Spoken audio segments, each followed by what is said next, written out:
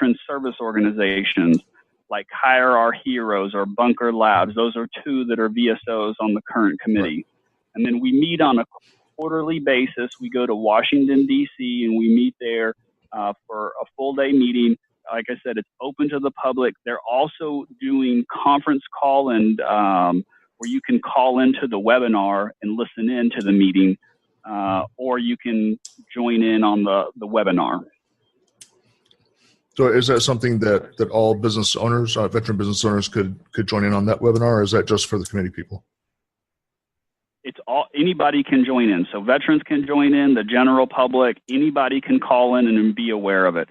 There's a meeting agenda that's published to the Federal Register, and there's an agenda that they're going to cover for each meeting. So there's coming up, the commercial supply chain they're going to be talking about commercial supply chain. They're also going to be talking about federal procurement for veteran and a veteran training program specifically, so veteran-owned companies can go the path of procuring contracts. Okay. There's going to be also at 10:30, we're going to be talking about programs for rural veterans. So if you're a rural veteran and you want to know about this, then you need to be calling in at about 10:15. If you're interested in this CDFI project, then you need to be calling in at 11. So you may not call in for the whole meeting. You might just call in for certain parts that are specific to your business or what you're working on. Okay. What was the date on that program so that we can make sure that people know about that? It's coming up on Thursday, September 6th. The meeting starts at 9 a.m. and it goes to 4 p.m. and that's Eastern time. If they wanted to meet in person, they could meet in person at the Eisenhower Conference Room at the U.S. Small Business Administration headquarters in Washington, D.C. I'm going to forward that information to you. Okay. And then I'll also blast that onto the Legacy Cast page as well so that people can get that information and jump on that.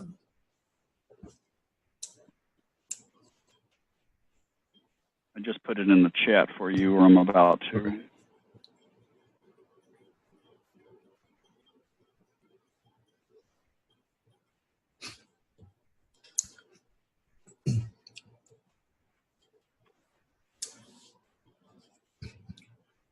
Okay, perfect. Now with this advisory committee, you're mentioning that was something that you were selected to be on that because of you're a winner of some form of a contest or nomination from your particular business with Funnel Science. Is that right? Yeah, so let me tell you just the history of how I got to the advisory committee. I started Funnel Science in 2011. It's the third business that I've owned. In 2016, so there's a competition called the Veterans Business Battle. It's a business plan competition held at Rice University. And in February of 2017, I went to the competition down at Rice, and we won the Veterans Business Battle. And so a year later, I was contacted by a man in Washington, D.C., and he was notifying me that I got a nomination for an appointment. So they called and did some verification and basically wanted to confirm that I would do it because it's a volunteer position. The government reimburses for travel and expenses, but they don't pay me to be there. And so I got the nomination. The vetting process took 9 months. And after 9 months of them going through my background and different stuff, then I received the appointment. So if you get onto the committee, you're appointed for 3 years. And so the current committee is full. So that's good because last year in 2017, there was many vacancies. And so now the current Small Business Administration secretary, she's fully appointed the committee, and each of us have that for 3 years. Now, there's also on the committee a chairperson. They hold that position for a year, and then it rotates. So that's a little bit of background to how I got there. how the nomination process works. So not anybody can just do it. You actually have to get it nominated, and then they do the vetting, and then if you pass the vetting process, then you'll get the appointment letter. Okay. So for the listeners here, it's good to know that Alex, among the other 14 members, they're there, fighting for us as business owners, and so that's huge. To know that there is that group out there that is taking care of business, behind the scenes, because we really do need that assistance in that program that's going on there, because that's going to affect a lot of the different things that are coming down the pike for everybody else. And so, having people there, on the federal level is huge. That's a huge thing. So, much appreciation there, Alex, for being part of that, and congratulations for not only winning the veteran business battle down there at Rice, but then getting the appointment to be part of the program and represent us so well there up in DC. Yeah, there's some other veterans that are on the panel that are doing great things. It's one thing that I was really happy to see is that this committee is full of veterans that are out there really doing stuff, and they're very active, but they're also successful in different ways, and they have different backgrounds. And in the appointment letter, it says this is the committee members' responsibility is to provide independent advice and policy recommendations to the SBA administrator. Well, that's Linda McMahon, and she was appointed by Donald Trump, the president. And the recommendations go to the SBA administrator, to SBA associate admins for the Office of Veterans Business Development. They also go to Congress, the president, and other U.S. policymakers on the programs affecting veteran-owned small businesses for all segments of American society.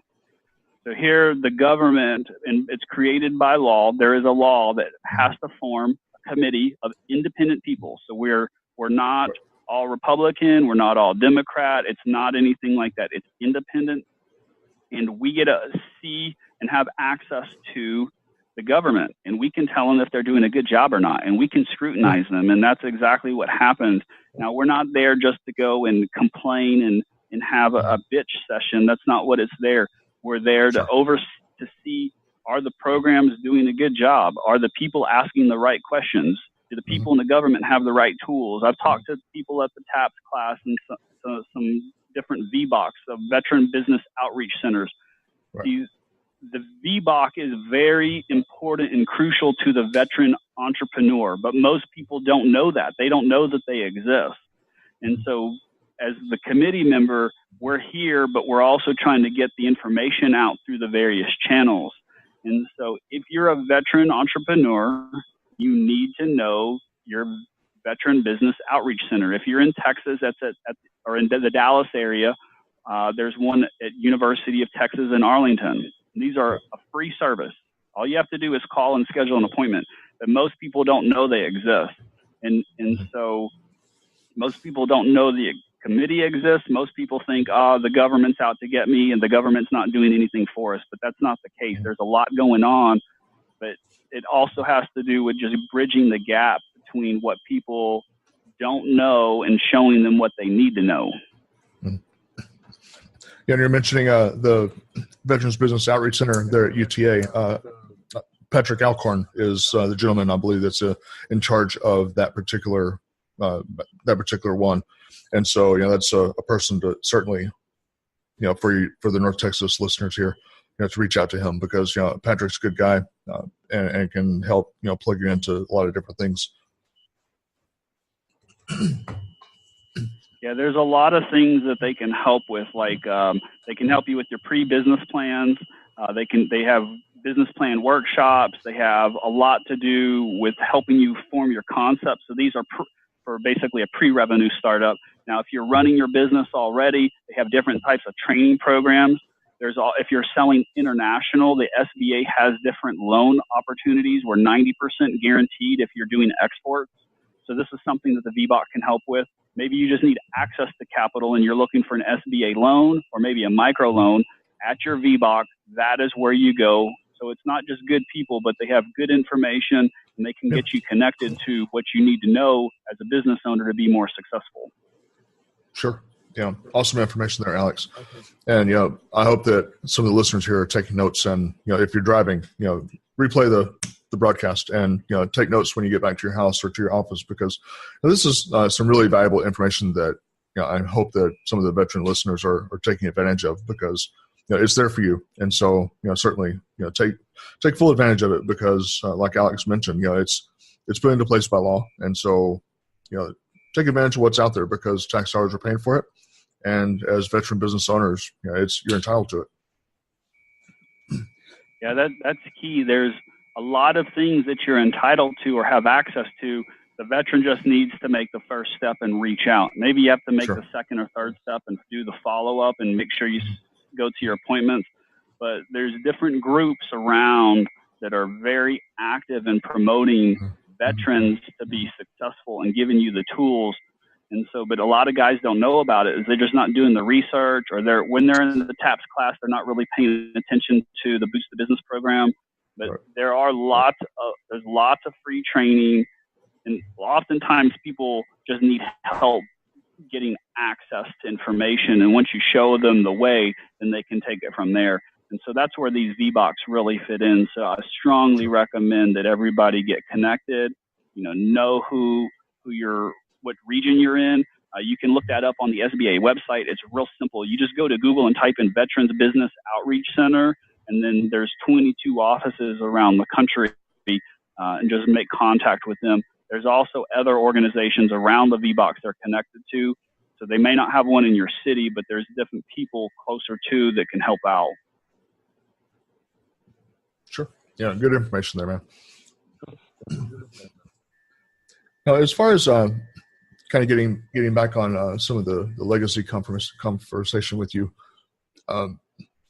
if you were looking at that from the CEO standpoint of your business, what would you say a few things are that maybe are very concerning to you on a business level, maybe even keeping you up at night, as the saying goes? Fortunately, I've gotten through most of the keeping me up at night, but there's some things that still stress me out. One of the things that's real hard to deal with at Funnel Science is the constant change in the technology. It's pretty frustrating that Google can change something and it now impacts thousands of businesses, and now thousands of businesses become reactive to something that Google or Facebook change. And sometimes these companies build their business off of Google campaigns or Facebook ad campaigns, and then the company shuts them down literally overnight. And so I'm not really talking about censored media. That's not where I'm going with this. I'm talking about, you're paying for service, you're working with these companies, and then next thing you know, you go into work and it's not the way you left it the night before. That can be real frustrating and hard on businesses. The other thing that I see that's frustrating is just a lot of ignorance out there.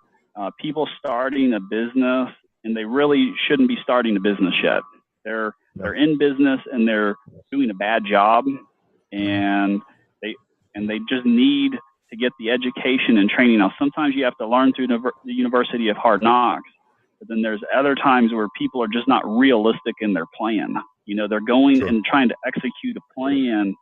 If this were a military mission, it would get the whole company wiped out, and there's a reason why so many businesses fail. Right. You're not likely to be successful if you start a business. In fact, you're more likely to go bankrupt. In the first 5 years, most businesses fail. If you look at the statistics on the failure rate of businesses, it's not easy to start. I mean, it's so simple to start a business. You can do it for like $20 or $30 and get a DBA going and file with the courthouse. But it takes way more than that. And so it's frustrating to see so many people impacted because of their business in such a negative way, when the purpose of starting the business was to build a legacy and to set your family up for success and have a stable path in the future. But I don't see a lot of people doing that. I see a lot of people just go from, I had a drink, I'm at a bar, I'm going to write down my business plan on a napkin, I got the best thing since sliced bread, and then they go out and execute. And then, they're having problems later on. I see a lot of that, and